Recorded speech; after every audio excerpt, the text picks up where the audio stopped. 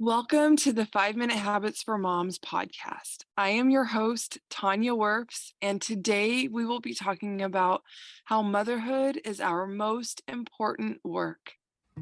Did you know you can live a simple, organized, joyful life partnered with God, even in a busy and chaotic world?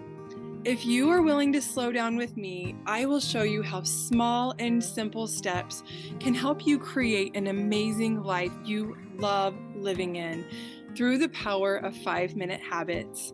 If you want to stay in touch throughout the week, you can follow me on Instagram and Facebook at 5 minute habits for moms.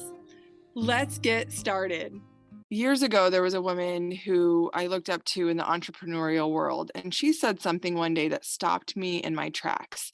She said she could follow me around for a day and tell me where I was going in my life. And I was like, whoa, okay, I don't really want her to follow me around because I'm not going to very good places, right? I was snoozing my alarm over and over again and just not great in my habits. I remember thinking, I really want to work on that. This made me think about motherhood and how motherhood really is my most important work. If someone were to follow me around for a day, would they know that motherhood is my most important work, or would they think that something else was? So if someone were to follow you around for a day, what would they say your most important work was? Would it be your phone, getting stuff done, getting kids to activities, being so busy that you can't think straight? Maybe you're saying things like, life is so crazy, or when things slow down, I'll do this thing. Could it be work? Could it be a business that you're trying to start? The things we're spending our time on, the things we're taking action on, those are the things that are really the most important to us. Would they know that being a mother and taking care of your family is your most important work?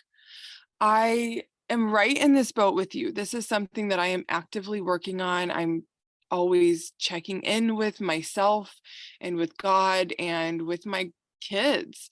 I ask my daughters every once in a while, how am I doing with my phone? Am I being present with you? I asked this question the other day, and my youngest kind of did the like halfway sign with her hand. She said I was doing okay, but I could do better. That really helps me to realize, okay, I need to keep really working on this because they're still seeing me on my phone too much, and I need to have better boundaries there. I don't want them to think that my phone is the most important thing to me. I want them to remember the moments where I looked into their eyes and they felt my love, that they felt the love from God through me as their mother, because we are the first people in their lives to show them God's love. I want them to know that they are loved beyond measure as children of God. I want them to know that my relationship with God is most important to me. And then within that relationship, that they will always be cared for. If I teach them this, then they'll do that when they grow up, and then they'll always have what they need, and their children will always be taken care of. Today, I will be talking about 3 key principles. Number 1, motherhood is our most important work. Number 2, we can partner with God to get the support we need to fulfill this work. Number 3, I will talk about 6 foundational habits that are key in supporting you in your work as a mother. Number 1, motherhood is our most important work. An author that I love, Anna Quindlen, reminds us not to move too quickly through the fleeting moments.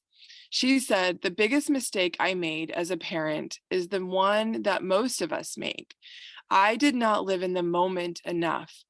This is particularly clear now that the moment is gone, captured only in photographs.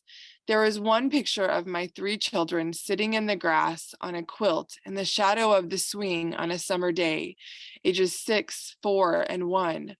And I wish I could remember what we ate and what we talked about and how they sounded and how they looked when they slept that night.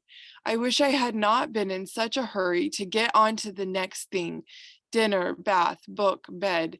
I wish I had treasured the doing a little more and the getting it done a little less. Isn't that beautiful? Doesn't that make you just want to look into your children's eyes and see the goodness in them, recognize them as another human being that doesn't just need all of these things from you, but that deserves your love and respect and your presence, that we can remember these moments that are so special and precious, that are ticking by every single day, and that if we can just stop in these small little moments, that we can remember this is a child that came from God to be in my care for a few short years.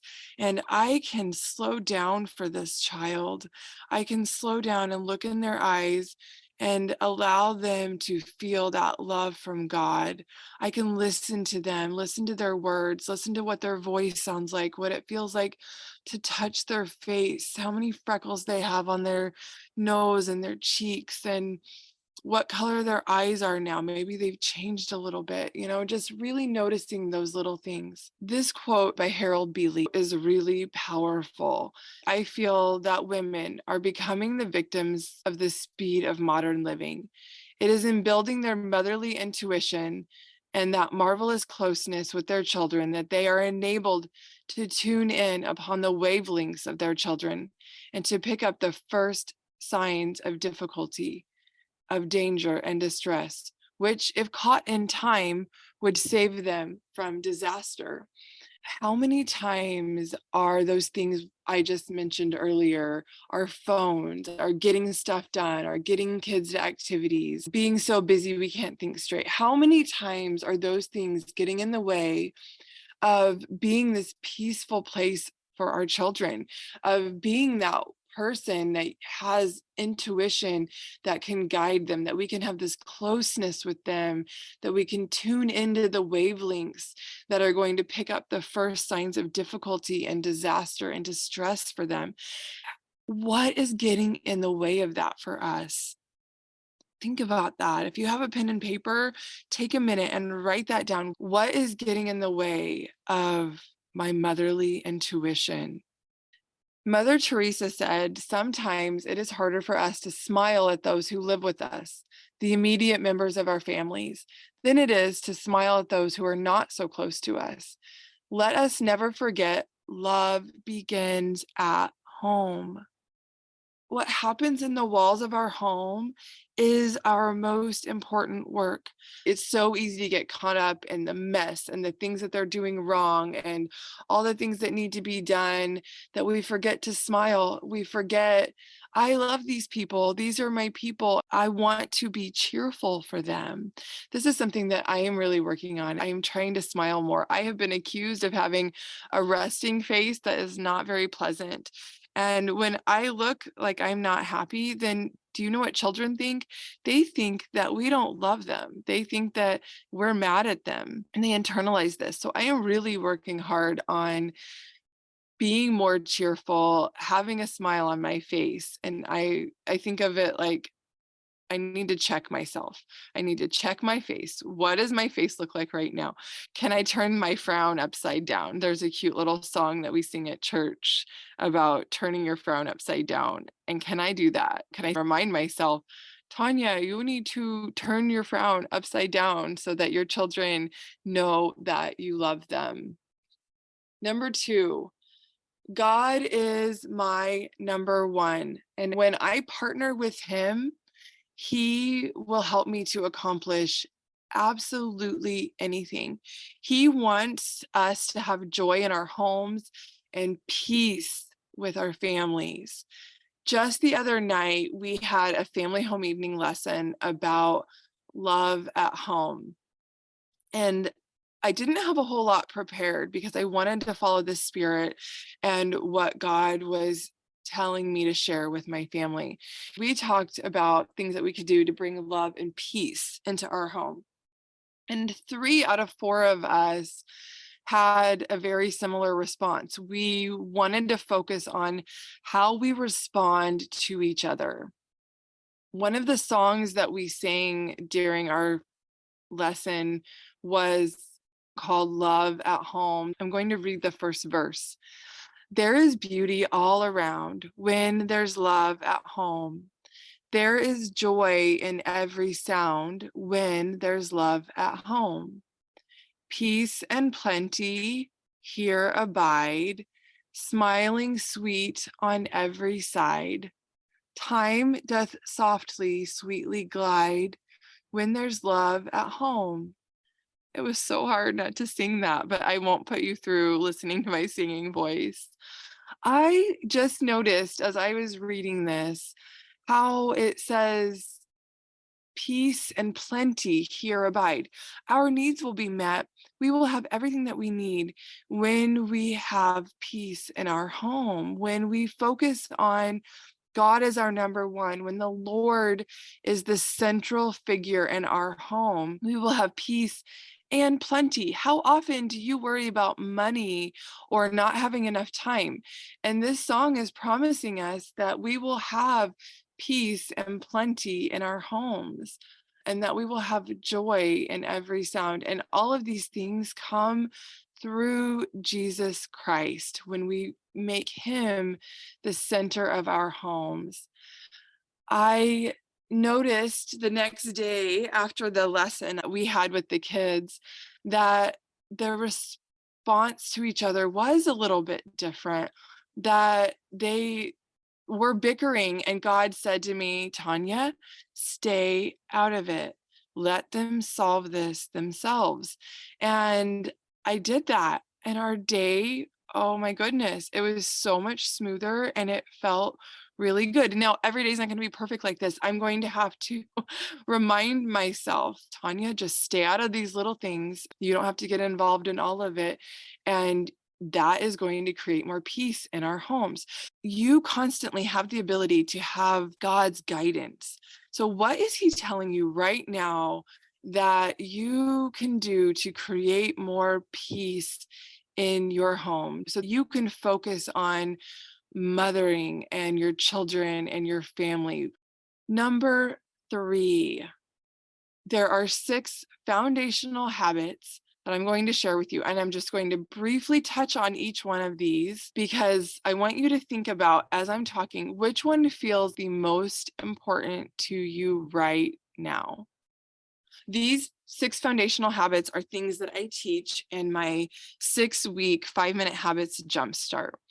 The first one is self-check and correct your mindset in the moment. It is a practice. It takes time. You need to have patience and grace with yourself, but we can check our thoughts, connect with God, and correct our mindset in the moment. In episode 3, I shared with you a tool called ABCs for Moms. A is for awareness. Awareness is key. B is for breathing. Breathing is free. C is for connecting with God.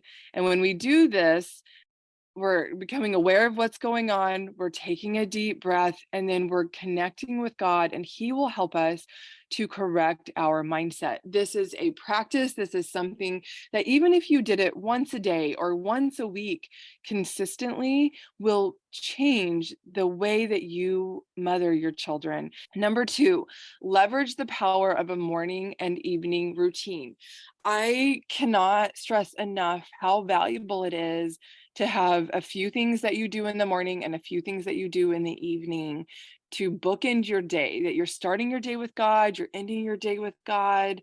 And this brings so much power into your life. These become lifelines to God, that no matter what is going on in your life, whether you have really hard challenges or you're going through a transition like back to school or whatever's going on, that you can stay grounded and peaceful and be that powerful, peaceful center of your family that you were meant to be, that they know they can count on you, that they know that if I wake up a little bit early, I'm going to catch mom praying, I'm going to catch mom in her scriptures, or whatever those things are that are important to you to do in the morning that are going to connect you with God. I always encourage to start small. Start really small with 5 minutes or less and work your way up. It's a principle that is talked about over and over again in the book Atomic Habits by James Clear. It really is actually the very best way to build those habits. Number 3, squeeze in guilt-free time for activities that bring you joy.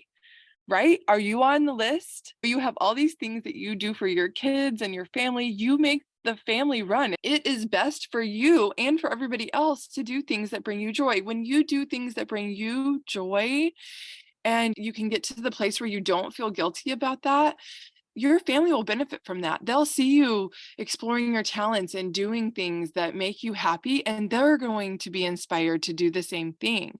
When you do things that are for your good, you inspire others to do the same thing. Do you want your children to grow up and always put everybody else's needs before theirs and never do anything for themselves? I don't think so. I don't want that. I want my kids to enjoy life and develop their talents. One thing that God has been telling me to do for a long time is to watercolor. And it felt way too hard, but I have found a way to be able to do that. I keep my watercolors, my paintbrushes, a glass of water, and a paper towel easily accessible on this table in my living room, and I can go to do that once a day. For over a month now, I have been consistently watercoloring or doing something else creative for at least 5 minutes. Actually, there might have been some days where I didn't quite get 5 minutes, but I did something to keep that habit rolling. That is the key. Do something. Be okay with making it smaller so that you can keep the habit going, because that is what changes us, is those little tiny things that line upon line, small and simple things bring great things to pass. Number 4, create a daily roadmap that you'll actually use to conserve mental energy. When you plan your next day the night before, you don't have to think about it as much. You know, you already wrote it down. You know what you're doing. When your kids say, "Hey, mom, what are we doing tomorrow?" You're not like, "Oh, quit asking me that." You're like, "Oh, this is what we're doing tomorrow." I just wrote it down. You could even write it on a whiteboard in your house if you want to just be able to say, "Hey, I just wrote it on the whiteboard, honey. Go look at that." When I know what I'm doing the next day, that saves so much mental energy. Number 5, organize your key spaces quickly, helping you to feel happy and free in your space. Our space really can affect our mental and emotional health. When we have clutter and stuff around us all of the time, it makes it really hard for us to feel connected with God.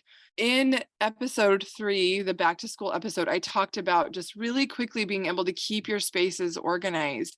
My favorite tip is just have a basket in each room of your living areas that you can just put stuff in that people leave out, so that you can really quickly, in like 5 minutes or less, tidy up that space. Number 6, create meaningful family connections through memorable points. These are some affirmations from a book called Hands-Free Life by Rachel Macy Stafford. Today, I hope to take a few extra seconds to kiss the top of your head before you go, to stand aside and let you do it yourself, even if it takes a little longer, even if it's messier, even if it's not perfect. Today, I hope to say I'm sorry and I love you, because they are life-changing, comforting, and healing words. Today, I hope to laugh more than sigh with exasperated breaths. Oh, I can really relate to that one. For years, I sighed all the time. And my kids probably thought that I didn't want them around and I didn't have time for them. And that just breaks my heart. Okay, back to the affirmations. Today, I hope to focus less on your faults and more on your freckles and sense of humor, because they light up your face. I hope to notice the color of your eyes when you speak to me. I hope to listen to your words without judgment and impatience. Mamas, these children, our families are our most important work. From the things I've shared today, what feels like the most important area for you to start working on right now? Please send me a message on Facebook or Instagram if you would like more information about the 5 Minute Habits 6-week jumpstart. you are worth taking care of. And as you do these things for yourselves, you will be able to transfer them over into your families and show your families that they are your most important work. Thank you for listening, and I hope you are inspired to start your own 5-minute habit soon. If you enjoyed this episode, please share with a friend, and I will see you next time.